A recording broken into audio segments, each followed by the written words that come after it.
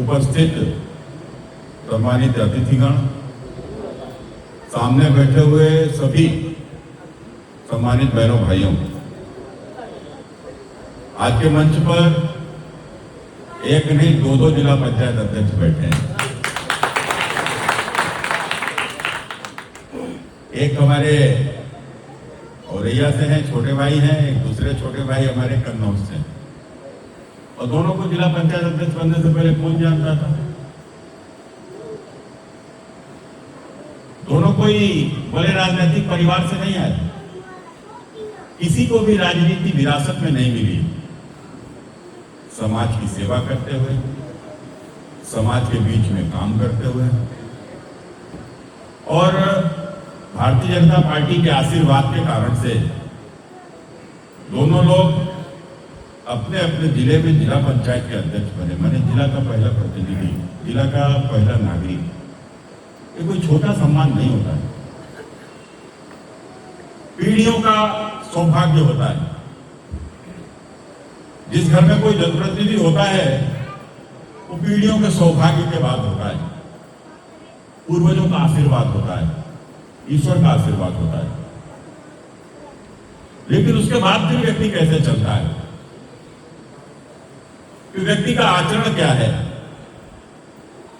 कि जो चुना गया है वो किसी एक जाति के कारण से नहीं चुना गया। जो कोई चुना गया है केवल एक जाति उसको चुन ही नहीं सकती थी। वो तो जो भी जीता है वो समाज का, हर समाज का वोट से जीता है। भले किसी समाज ने पूरा वोट दिया होगा तो किसी समाज ने एक दो वोट दिया होगा, लेकिन वोट सबने ही दिया होगा। तो नैतिक जिम्मेवारी है कि सबके लिए काम करना। जैसे कि हमारे प्रधानमंत्री जी कहते हैं कि सबका साथ और सबका विकास। तो निश्चित रूप से आपने देखा होगा हमारे जिला पंचायत अध्यक्ष औरैया भाई कमल दोहरे जी सबको साथ लेकर आगे बढ़े, सबके लिए काम किया है जो बन सकता है। अब भाई ऐसा तो संभव नहीं है कि बजट है 20 करोड़ का तो काम कोई 200 करोड़ का थोड़ा ही करा देंगे, अपने आप को बेच के थोड़ा ही कोई करा देगा। लेकिन फिर भी कोशिश रहती है कि लगभग सभी को समाहित किया जाए, सबकी सेवा रात बिरात, व्यक्ति को कहीं आवश्यकता पड़ती इतने बड़े जिले में व्यक्ति उसके साथ में खड़ा रहता है। दूसरा हमारे ओमकार जी, जैसा कि इन्होंने स्वयं बताया, अभी IAS की तैयारी कर रहे थे। वो समय ऐसा था कि जब उत्तर प्रदेश में भेदभाव होता था, एक ही जाति के SDM बन जाते थे, एक ही जाति को सब कुछ मिल जाता था। तो उस समय बेचारे सफल नहीं हो सके। लेकिन भगवान ने कुछ और तय किया था, तुमको जिला अधिकारी नहीं बनना था, तुम्हें जिला पंचायत अध्यक्ष बनना था। लेकिन उसके बाद में समाज की सेवा करते हुए देखो, तमाम व्यक्ति कुछ हो जाते हैं लेकिन वो फिर धीरे धीरे अपने में ही व्यस्त हो जाते हैं और भूल जाते हैं पीछे लोगों को। लेकिन ओमकार जी ने आपने देखा होगा कि हमारे कन्नौज में, छिबरामऊ में इन्होंने लच्छीराम नगला में आज दुनिया का सबसे बड़ा बुद्ध स्तंभ बनाने का काम कर रहे हैं। अशोक स्तंभ बनाने का काम कर रहे हैं, जो कि पूरी दुनिया में सबसे बड़ा होगा और जिसको लेकर तमाम लोग आ चुके हैं यहाँ के ऊपर, उसको देखने आते हैं। तो आप समाज को देकर क्या जा रहे हो, ये बड़ा विषय होता है। मित्रों, इसी से जुड़ा हुआ है हमारा सरकार के 12 साल। नरेंद्र मोदी देश के प्रधानमंत्री बने थे। नरेंद्र मोदी भी जब देश के प्रधानमंत्री बने थे तो नरेंद्र मोदी कोई गांधी नेहरू परिवार से नहीं आए, तो मुलायम सिंह के परिवार में जन्म नहीं लिए थे। बेहद गरीब परिवार, चाय बेचने वाला पिछड़ा परिवार में जन्म लेकर नरेंद्र मोदी जो खुद चाय बांटते थे, पिता चाय बनाते थे और वो स्टेशन पर चाय बांटने का काम करते थे।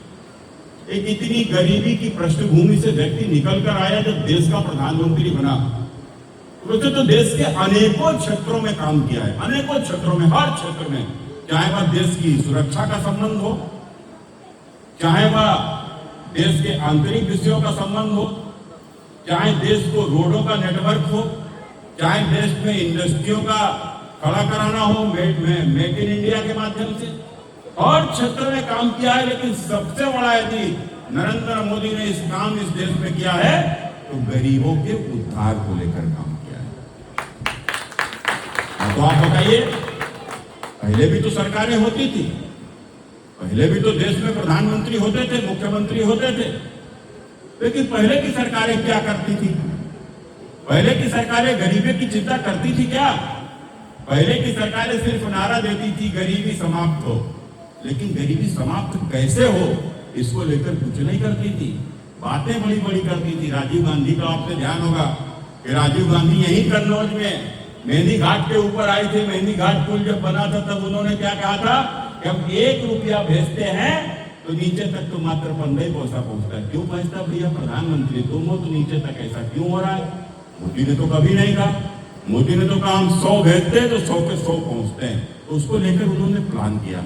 अब आज बताओ, अब कितने ही लोग मुझे कितने ही लोग उत्तर प्रदेश में मिलते हैं, पूरे उत्तर प्रदेश में मुझे मिलते हैं, कितने लोग मुझे छाती ठोक कर बोलते हैं, बोले भैया यदि नरेंद्र मोदी का आशीर्वाद नहीं होता, या आयुष्मान कार्ड नहीं होता तो आज मैं जिंदा नहीं होता। क्योंकि मेरे पास तो पैसे नहीं थे, मेरे पास तो पैसे नहीं थे कि मैं इलाज करा सकता था। मकान भी नहीं था जो बेच देता, मैं तो किराए पे रह रहा हूं। उसके बाद भी यदि बचा हूं तो मोदी के आयुष्मान कार्ड की तरह। इतने ही लोग हैं, बताओ कभी किसी ने चिंता की क्या? कभी किसी ने चिंता की?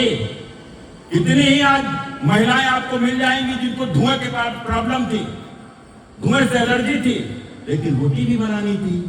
यदि चूल्हा नहीं फूकेंगी तो रोटी कैसे बनाएंगी? रोटी नहीं बनाएंगी तो खाएंगे क्या?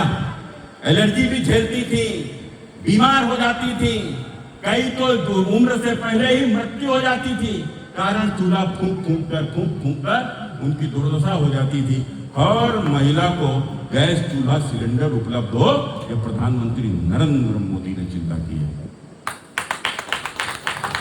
महिलाओं को, खासकर महिलाओं को शौचालय के लिए घर के बाहर न जाना पड़े। तो आप सोचो, देखो जिसके पाए नहीं बीमारी वह का जाने पीर पराई।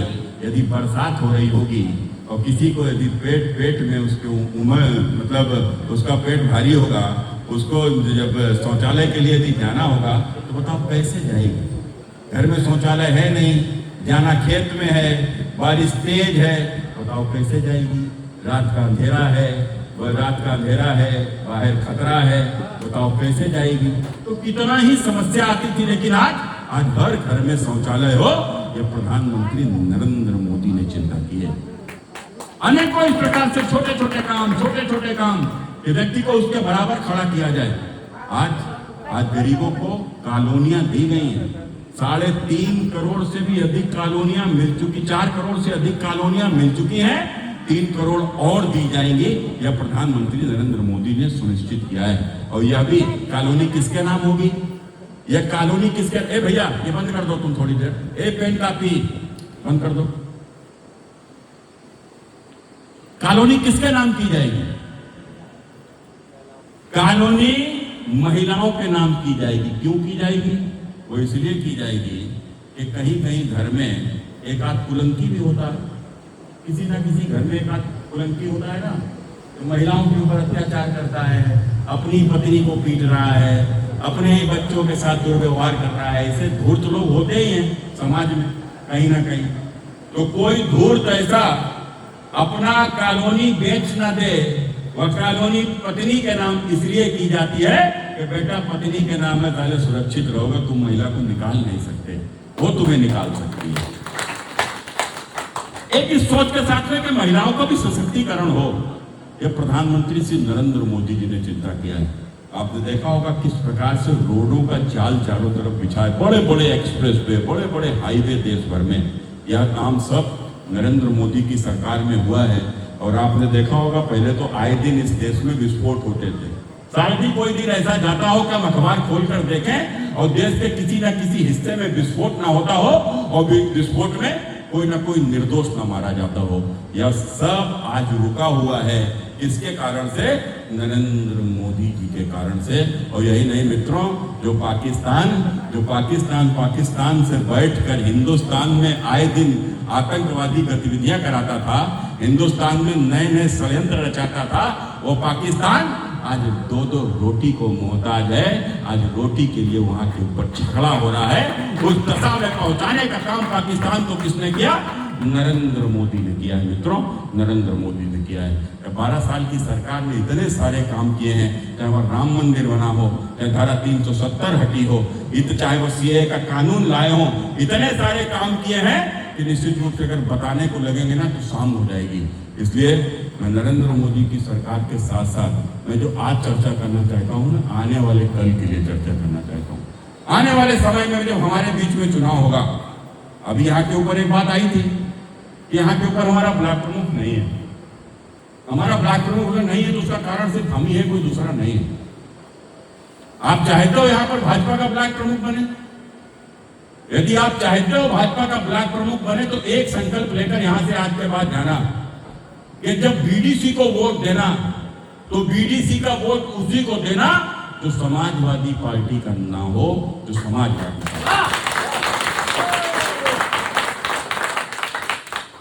किसी को भी दे दो। जिस दिन आप यह तय कर लोगे कि किसी सपहिये को वोट नहीं देंगे तो वो बीडीसी आप समझ लो आपका यहाँ के ऊपर ब्लॉक प्रमुख बन जाएगा, कोई रोक नहीं। वो बहलाकर फुसलाकर हमारे ही वोट ले जाते हैं, हमको समझ ही नहीं पाते हैं। तो इसलिए हमको समझना होगा यह वोट कोई व्यवहार में देने की चीज नहीं है। यह वोट हमें सोच समझ कर देने की चीज है। यह वोट हमारे भविष्य को बना भी सकता है, यह वोट हमारे भविष्य को मिटा भी सकता है। इस बार बंगाल का चुनाव तो यही था, यही बंगाल का चुनाव था। बंगाल के चुनाव में जब हम लोग गए थे तो वहां की जो परिस्थितियां देखी तो सच में एक बार में आंसू आते थे। जिस प्रकार से लोगों के ऊपर वहां अत्याचार हो रहे थे, खासकर एक संप्रदाय के लोगों के, जिस प्रकार से वहां के ऊपर डेमोग्राफी बदल रही थी, तो बहुत चीज एक बार स्पष्ट थी कि अभी नहीं तो कभी नहीं। इस बार भारतीय जनता पार्टी की यदि सरकार नहीं बनी तो यह बंगाल बचेगा नहीं। यह बंगाल की स्थिति भी कश्मीर के जैसी हो जाएगी। हर हिंदू ने अपने मन में तय कर लिया था और यही कारण है कि जो बंगाल हम जीते हैं, तो बंगाल यदि हम जीते हैं तो कोई एक जाति से नहीं जीते, बंगाल हम कोई एक संप्रदाय से नहीं जीते। बंगाल को यदि हम जीते हैं जब वहां के ऊपर अगला, पिछड़ा, अनुसूचित जाति, जनजाति सब इकट्ठे हो गए, तब मित्रों हम बंगाल में चुनाव जीते। हम तब बंगाल में, तो इसलिए बंगाल से संदेश आया है, बंगाल से यह मैसेज आया है। अभी चुनाव के बाद जब फाल्ता में चुनाव हुआ, जब फाल्ता में चुनाव हुआ बंगाल में, तो आपको मालूम है फाल्ता में जितने भी वोट हिंदुओं के पड़े हैं, जितने भी वोट हिंदुओं के पड़े हैं, उस हिंदुओं के पड़े हुए वोट में 97% वोट भारतीय जनता पार्टी को मिला। मैंने 97% वोट। ये कोई छोटी बात नहीं है। जाति का भेदभाव ही समाप्त हो गया। कोई जाति का भेदभाव वैसे ही बंगाली समाज में मैंने सबसे अच्छी चीज जो वहां के चुनाव में देखी थी, एक ही चीज देखी थी कि बंगाल में जातियां तो हैं, अगले भी हैं, पिछड़े भी हैं, अनुसूचित जाति के भी हैं, लेकिन उनमें किसी प्रकार का कोई भेदभाव नहीं है। मित्रों, अगर इस प्रकार का समाज हमारा बनेगा तो ही आप मान के चलो कि हम लोग आगे बढ़ेंगे। नहीं तो यहाँ की राजनीति क्या है आपने देखा होगा। यहाँ की राजनीति तो मुस्लिम परस्ती की राजनीति है। और यह जो मुस्लिम परस्ती की राजनीति होती है तो यह क्या करती है? यह मुस्लिम परस्त राजनेता ये क्या करते हैं? यह एक ही काम करते हैं, हिंदुओं में विभाजन करते हैं। ये तेरी जाति, ये मेरी जाति, ये छोटी जाति, ये ऊंची जाति, ये नीची जाति, अगड़ी जाति, ये पिछड़ी जाति, वह हिंदुओं में डिवीजन करते हैं। लेकिन आपने देखा कभी कोई कहता है अरे भैया जातियां अगर हम हिंदुओं में है तो जातियां मुसलमानों में नहीं है क्या? यदि हम अगला पिछड़ा है तो वह भी तो भैया सैयद, पठान और जुल्हा और धुन्ना और अंसारी है। लेकिन कभी उनकी चिंता कोई नहीं करता, कभी उनकी चर्चा नहीं करता। चर्चा किसकी करता है? चर्चा तो हमारी करता है। चर्चा क्या करता है? 5000 साल से इनके ऊपर अत्याचार हो रहे हैं। 5000 साल से। अरे कहाँ हो रहे भैया? कुछ तो बताओ, कुछ तो दिखाओ। अरे कोई कॉपी है, कोई रजिस्टर है? अरे कोई वीडियोग्राफी है, कुछ तो है, वो तुम नहीं बताओगे। अरे जरा आज जो हो रहा है वो तुम नहीं बताओगे, 5000 साल पहले तुम बताओगे। आज नहीं बताओगे कि क्या बांग्लादेश में हो रहा है, आज नहीं तुम बताओगे कि सूर्या को हत्या करने वाले कौन लोग हैं, आज तुम नहीं बताओगे कि कोई आएगा और गला कुतर कर ले जाएगा, आज उसके बारे में तुम चर्चा नहीं करोगे, तुम 5000 साल पहले की चर्चा करोगे। इसलिए कि इनको बोला गया है तुमको वोट मुसलमान का तभी मिलेगा जब तुम हिंदुओं को बांटोगे। तो कैसे हिंदुओं की बात आ जाएगी कहीं, अभी कहीं कोई लड़ जाए, एक साक्य का झगड़ा हो गया पंडित से, तो बताओ साहब एक पंडित के संग खड़ा हो गया, एक साक्य के संग खड़ा हो गया, लड़ाओ इनको, खूब लड़ाओ आपस में, एक दूसरे को गाली दिलाओ आपस में। लेकिन सामने वाला तो फिर कुछ नहीं, चुप। कैसे? अब आपको मुस्लिम परस्ती का एक सबसे बड़ा उदाहरण देते हैं, कन्नौज के सांसद का सबसे बड़ा उदाहरण।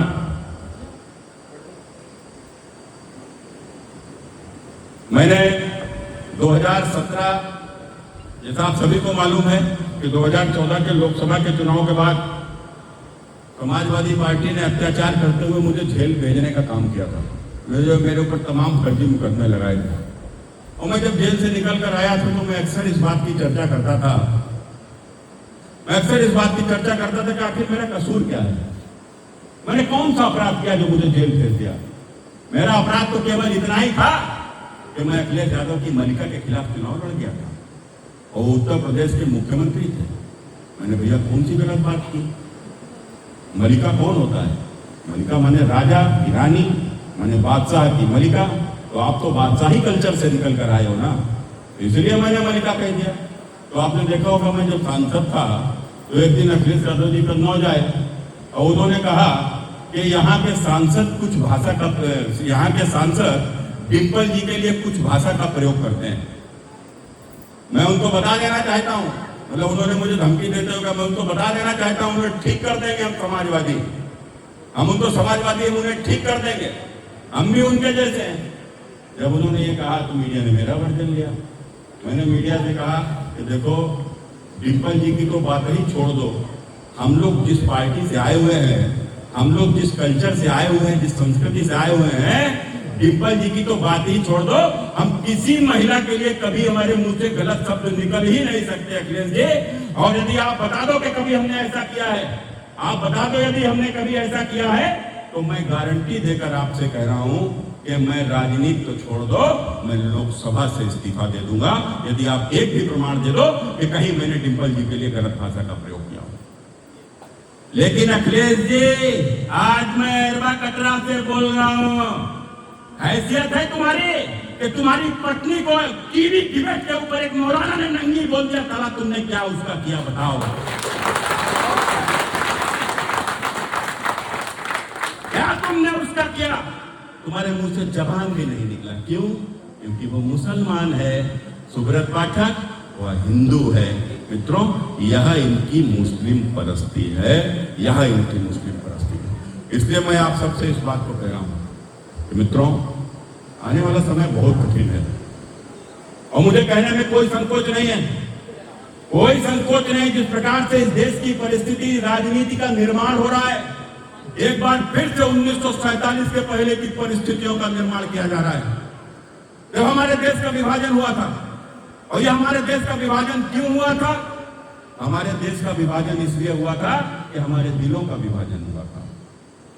1931 में हमारे यहाँ अंग्रेजों ने जाति की जनगणना करा दी और जब यह जाति की जनगणना हुई तो तमाम जातियों के छत्रप खड़े हो गए, अपनी अपनी जातियों को लेकर दूसरी जातियों को गाली गलौज करने लगे और एक दूसरे की जाति को गाली देते हुए आपस में जाति की इतनी खाइयां बढ़ गई, इतनी खाइयां बढ़ गई कि हम लोग जातियों में बुरी तरीके से डिवाइड हो गए। और जब हमारे अंदर जाति की खाइयां हो गई, मुस्लिम लीग को मौका मिल गया और उन्होंने भारत का विभाजन करा दिया। मित्रों, आप बताओ, आज यदि उस समय के ऊपर भारत की सारी हिंदू जातियां एकजुट खड़ी हो जाती, किसी की हैसियत थी, भारत का विभाजन हो जाता। लेकिन आज एक बार फिर वही स्थिति हो रही है। इसलिए मैं आपको कह रहा हूं, यह भारत किसी के बाप का नहीं है, यह भारत किसी के बाप की जागीर नहीं है, भारत किसी एक जाति का नहीं है, भारत किसी एक संप्रदाय का नहीं है, भारत तो हमारे आपके के जैसे असंख्य जातियों का देश है। आदिवासी, वनवासी, गिरवासी, मैदानवासी, पहाड़वासी, सबका देश है। हम सबके पूर्वजों ने इस देश का निर्माण किया है। हमारे पूर्वज इस देश में रहते थे, हमारी संस्कृति छोड़कर गए हैं। तो इसलिए मित्रों, यदि हम एकजुट नहीं रहे तो याद रखना, यह देश बचेगा नहीं, यह देश बचेगा नहीं। क्योंकि हम ही हैं जो भारत माता की पूजा करते हैं, हम ही हैं जो भारत माता की जय बोलते हैं। बकिया किसी को भारत माता से लेना देना नहीं है। आपने देखा होगा उनकी तो सारी उनका तो पूरा सिस्टम ही इस्लाम केंद्रित है, लेकिन हमारा सिस्टम भारत माता को केंद्रित है। क्यों? क्योंकि हम भारत माता की पूजा करते हैं। इसलिए करते हैं कि हमको अन्न इस धरती से मिलता है, हमको जल इस धरती से मिलता है, हमको जीवन इस धरती के कारण से मिल रहा है। इसलिए हमारी माता है, हम इसको मानते हैं, यही हमारा इससे नाता है। तो इसलिए बंधुओं, हम सबको एकजुट रहना है, हम सबको एकजुट रहना है। अगर हम आप एक रहेंगे तो ही हमारी ताकत है। न तो बताओ कि आप जात में बिखर गए तो आपकी ताकत क्या है? अरे आपकी जाति की कितनी संख्या है? यहाँ के ऊपर बैठे हुए तमाम जातियों के लोग ऐसे होंगे कि जिनकी जाति की 1% भी संख्या नहीं होगी।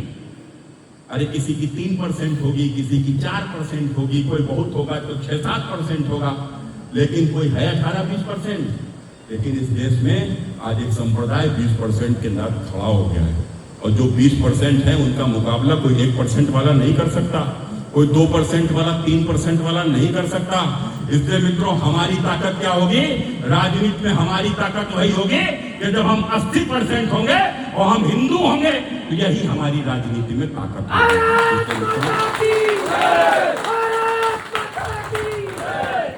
तमाम प्रकार के षड्यंत्र करे जाएंगे, तमाम प्रकार के लोग हमारे बीच में आएंगे, बातें करेंगे, बड़ी बड़ी बातें करेंगे। बातें कोई करेंगे, हिंदू मुस्लिम एकता की बातें करी जाएंगी, तमाम सारी बातें करी जाएंगी। लेकिन मैं सिर्फ एक ही बात कहता हूँ, बड़ी जिम्मेदारी के साथ कहता हूँ, जो हिंदू मुस्लिम की बात करता है, जो गंगा यमुनी तहजीब की बात करता है, जो सेकुलरिटी की बात करता है, मैं भी कह रहा हूँ, आप सभी कह रहा हूँ, कोई सपैया मिल जाए तो उससे कह देना कि तुम बड़े भारी भक्त हो, तो जाओ बीच मुसलमानों के मोहल्ले में जरा थोड़ी सी जमीन लेकर मकान बनाकर साल भर रहकर दिखा दो, जो कहो हार जाएंगे, जो कहो हार जाएंगे। इसलिए मित्रों, इस बात को ध्यान रखना है, हम सबको एकजुट रहकर फिर से सरकार बनानी है। न तो आप देखो गुंडे टोह लगाकर बैठने लगे हैं, गुंडे सत्ता में आने का सपना देखने लगे हैं। सत्ता में आएंगे तो गुंडे क्या करेंगे? गुंडे सत्ता में आके कोई समाज का भला नहीं करेंगे, ये गुंडे फिर से लूट का वही शुरुआत करेंगे जिसको छोड़कर वो गए हुए हैं। इसलिए मित्रों, हम सबको एकजुट रहकर इस बार फिर से भारतीय जनता पार्टी की सरकार बनानी है। मैं यही अपील करने आप सबके बीच में आया हूँ। निश्चित रूप से ये बंगाल का मिला हुआ जो संदेश हमारे बीच में है, यह संदेश भी हमको जन जन तक पहुंचाना है, हमको एकजुट रहना है, अपनी नौजवान पीढ़ियों को भी एकजुटता का संदेश देना है। क्योंकि मित्रों, परिवारों में भी परिवर्तन होने लगे हैं। आपने देखा होगा पहले घरों में 5-6 लाठियां होती थी, माने 5-6 लड़का एक घर में, एक आदमी के 5-6 लड़के होते थे, मतलब 5-6 लाठी। आज स्थिति क्या है? आज घर में 1-2 हैं, आज 1-2 हैं। तो इसलिए वो जो 1-2 हैं, तो वो पास पड़ोसी के 1-2 मिलाकर कम से कम 20-25 लोग तो इकट्ठे रहो भैया। इसलिए यह एकजुटता का संदेश जरूर देना, एकजुटता का संदेश जरूर देना, क्योंकि संघे शक्ति कलयुग में संगठन में ही ताकत है। तो यही बात कहने आप सबके बीच में आया हूँ, और निश्चित रूप से आप सबके बीच में लगातार आता ही रहा हूँ, आता ही रहूंगा। आप सबका बहुत बहुत धन्यवाद। नमस्कार।